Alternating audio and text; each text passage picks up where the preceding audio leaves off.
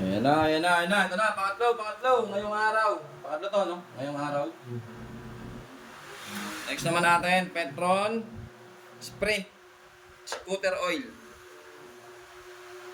Ito kasi yung mga usual na nabibili natin sa mga motor shop, no?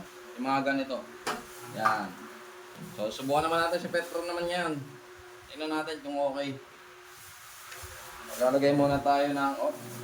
Check muna. Makinis na makinis.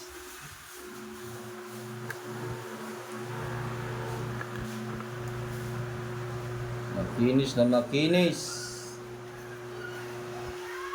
So, lagyan natin yung ating lagayan ng langis.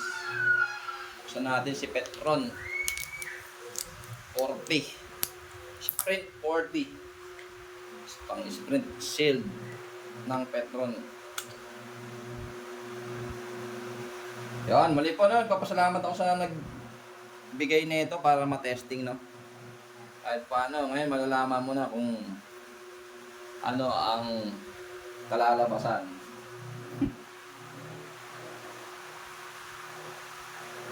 Ang kalalabasan ng iyong langis.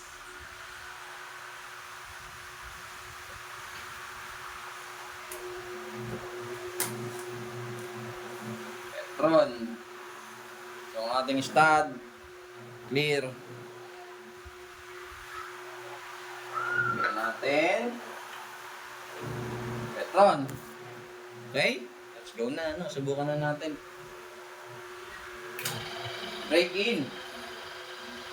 Break in pa lang, hindi ba ano? Isa, dalawa, tatlo, apat, lima, testing. Eh, mukhang dito pa lang may problema na yata eh. Sabi na eh. Isa. Dalawa. Sabi ko na eh. Sa unang tunog pa lang, dinig na. Problema nga, ito. Isa. Dalawa. Tingnan po natin, no? Yung damage. Ayun. Nga, pare-parehas po. Pare-parehas. Medyo malalaki naging sira. Tulo pa lang ng langis, nakikita na natin eh. Okay, ayan po yung para sa Petron Sprint 40. Dire-diretso lang tayo, wala tayong putol. Walang daya-daya mga kapatid. Petron. Muli po, nagpapasalamat ako sa mga nagpadala nito, no? Yung nagdala pa dito na sinadya talaga nila. Thank you po. At nagkaroon tayo ng subject testing oil. Okay?